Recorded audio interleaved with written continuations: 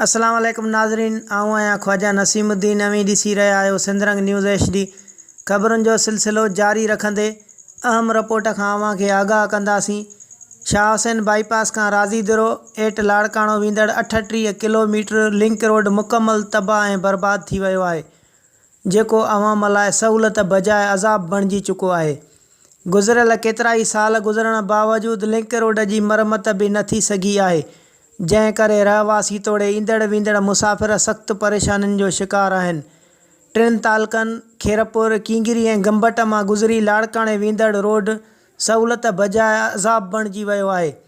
खेरपुर खां लाड़काणे ऐं लाड़काणे खां खेरपुर वेंदड़ ट्रैफ़िक पिणु मुकमल बंदि थी वई आहे, जंहिं करे मघनवारी, पीर जो ॻोठु, अहमदपुर, नौराजा, रिपड़ी ऐं बहारो राज़ीदरो जे अवाम खे सफ़री सहूलियतूं बि मुयसरु न आहिनि।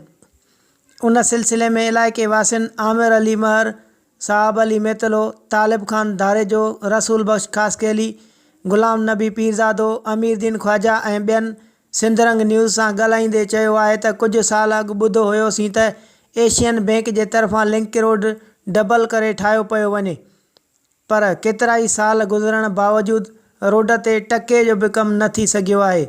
उन मौक़े ते हुननि चूंडियल नुमाइंदनि MNA सैयद जावेद अली शाह जीलानी, सैयदा नफ़ीसा शाह जीलानी, MPA सैयद राशिद शाह राशिदीअ खां मुतालबो कयो आहे त हंगामी बुनियादनि ते लिंक रोड ठहिराए अवाम मां बेचैनी ख़तमु कई वञे।